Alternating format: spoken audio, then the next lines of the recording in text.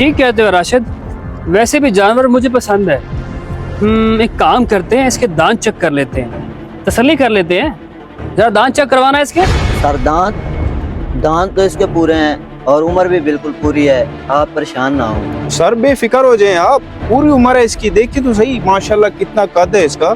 बेफिक्र हो जाए, घर की बात है। आपकी सारी बातें ठीक है राशिद मियाँ, लेकिन ये कुर्बानी का फरीजा है, इसमें सब कुछ देखना पड़ता है। आप चेक करवाओ जरा, क्या है इसके दांत।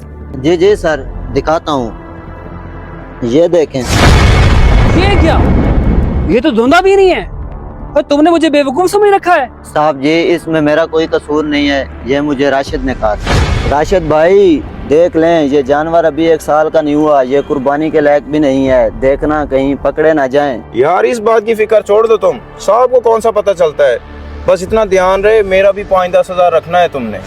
अच्छा तो ये बात है।